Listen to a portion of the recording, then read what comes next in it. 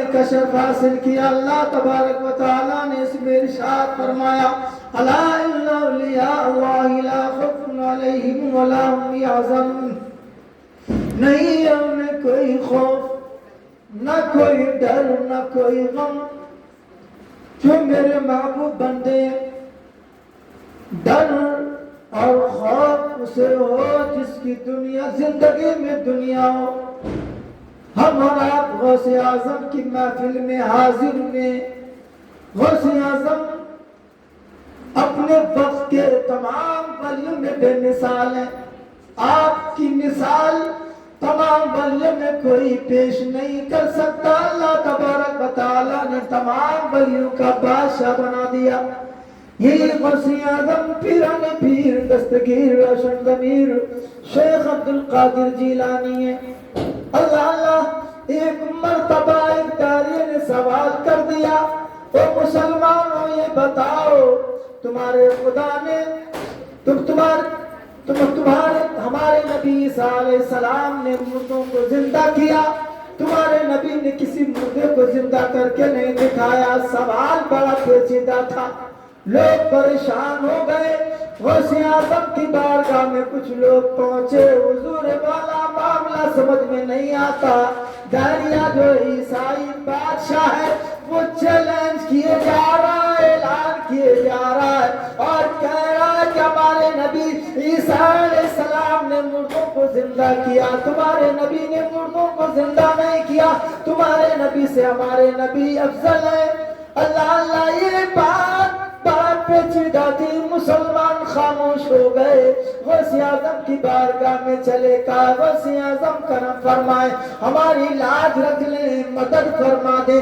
آج مسلمان اپنے زبان کو دانتوں میں دبائے ہوئے ہیں، القریب ہے کہ اسلام کا زمین ڈالنے کی کوشش کی ہے۔ اللہ اب داعیہ بڑے پاورفل شباب پر چیلنج کیے جا رہا ہے۔ غوث اعظم کیا ہے تیرا نام، کیا ہے تیرا کام، کیا ہے؟ کہا میرا نبی عیسیٰ علیہ السلام نے مردوں کو زندہ کیا، تمہارے نبی نے کسی مردے کو زندہ کر کے نہیں دکھایا، تو تمہارے نبی سے ہمارے نبی افضل ہے۔ اللہ غوث اعظم سرزمین بغداد شریف میں اللہ آپ مسکرائے تو مسلمانوں کے دلوں میں جان آ گئی، ایمان پلٹ آیا، خوشی کے آثار نظر آ گئے اور کہنے لگے داعیہ لگتا ہے تو پاگل ہے، دیوانہ ہے، مجنون ہے، ارے میرے نبی کی برابری ہونے کی بات کرتا ہے۔ میرے نبی تو تمام نبیوں میں افضل ہے،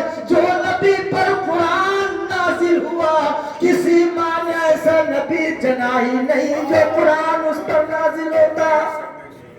داعیہ زبان بند کر لے اور سن لے، تیرے نبی نے مردوں کو زندہ کیا، میرے نبی اگر مردہ زندہ کر دیتے تو برابری ہو جاتی، امتیاز کیا پایا جاتا، فرق کیا پایا جاتا۔ داعیہ سن لے، وہ تو میرے نبی رحمت للعالمین کی تو بات کر رہا ہے۔ ارے اللہ تبارک و تعالیٰ نے نبی کے امتیوں کو وہ مراتب کمالات و تصرفات عطا کیا ہے، تو زندہ کر سکتے ہو؟ کہا ہاں چل، جہاں سے تیرا گمان ہو وہاں لے چل۔ اب مسلمان چہرے پر خوشیوں کے آثار آ گئے، مسلمان مسکرانے لگے کہ ہماری علاج کس کے ہاتھ ہے؟ بغداد والے کے مصیبت ڈال دینا کام کس کا؟ غوث اعظم کا۔ سبحان اللہ، مسلمان خوش ہو گئے۔ داعیہ نے کہا بابا بات یہ ہے، میں نے جو چیلنج کیا تھا کہ میرے نبی نے مردوں کو زندہ کیا، تمہارے نبی نے مردوں کو زندہ نہیں کیا، آپ کہتے ہو میرے نبی تمام نبیوں میں افضل ہے، لہذا اگر وہ کام تجھ سے نہیں ہوا تو تجھے میرے عیسائیت کو قبول کرنا پڑے گا، ہمارے دھرم کو اپنانا پڑے گا۔ یہ الٹی پلٹی اس کے خوابگاہ اس کا خیال تھا۔ غوث اعظم فرماتے ہیں نادان تو نہیں جانتا، اللہ تبارک و تعالیٰ نے نبی کی پیاری امت کو وہ مقام بخشا ہے، یہ وہ نبی کی پیاری امت ہے حضرت مولا کائنات علی شیر خدا کرم اللہ وجہ الکریم نماز عصر پڑھنے کے لیے بے چین ہے.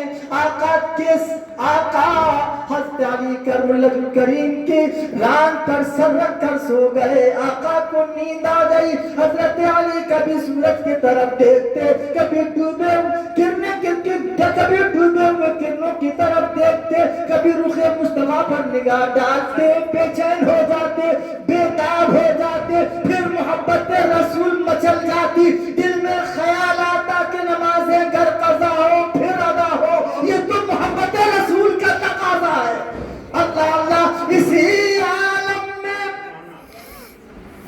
جانتے ہو حضرت علی کے چہرے سے آنکھوں سے آنسو نکل پڑے, رخ مصطفیٰ پر گر پڑے. آنسوؤں کا گر میرے آقا کی آنکھ کھل گئی. آقا نے فرمایا ما یبکیک یا علی, اے علی کیوں رو دیے؟ عرض کرنے لگے فداک ابی و امی, او میرے پیارے آقا بات یہ ہے نماز عصر قضا ہو گئی تو میرے آقا نے یہ نہیں فرمایا او علی نماز عصر قضا ہو گئی, نماز مغرب کے بعد پڑھ لینا. آقا نے فرما دیا او علی تم وضو تو کرو. اللہ اللہ تم وضو تو کرو. حضرت علی کرم اللہ وجہ الکریم وضو کرنے کے لیے بیٹھے.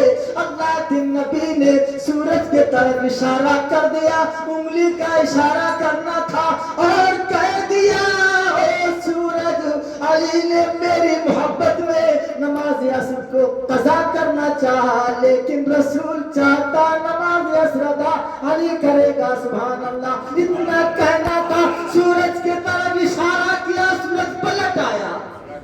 سبحان اللہ. حضرت علی حالت نماز میں ہے, نماز بڑی شان و شوکت کے ساتھ پڑھ رہے, نماز پڑھ لی گئی, سورج سلامت ہے.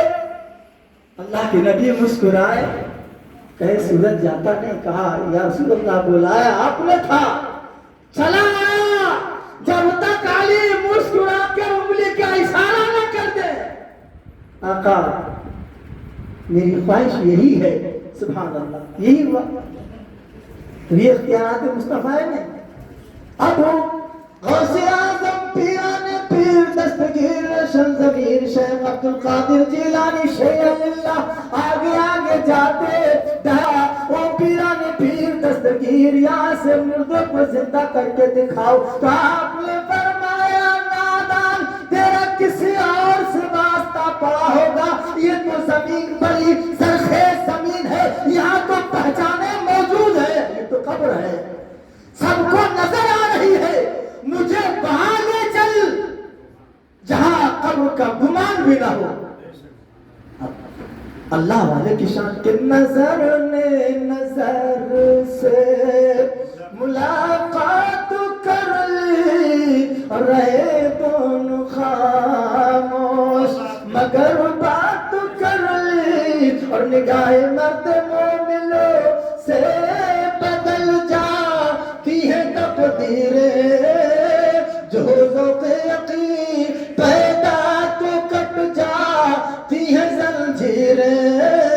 اللہ اللہ غوث اعظم پیران پیر دستگیر روشن ضمیر شیخ عبد القادر جیلانی شیخ اللہ سے اس دریا بادشاہ نے, عیسائی بادشاہ نے کہا تم تو یہاں سے مردے کو زندہ کر کے دکھا. ایک گڈھا تھا, قبر کا نام و نشان نہیں تھا.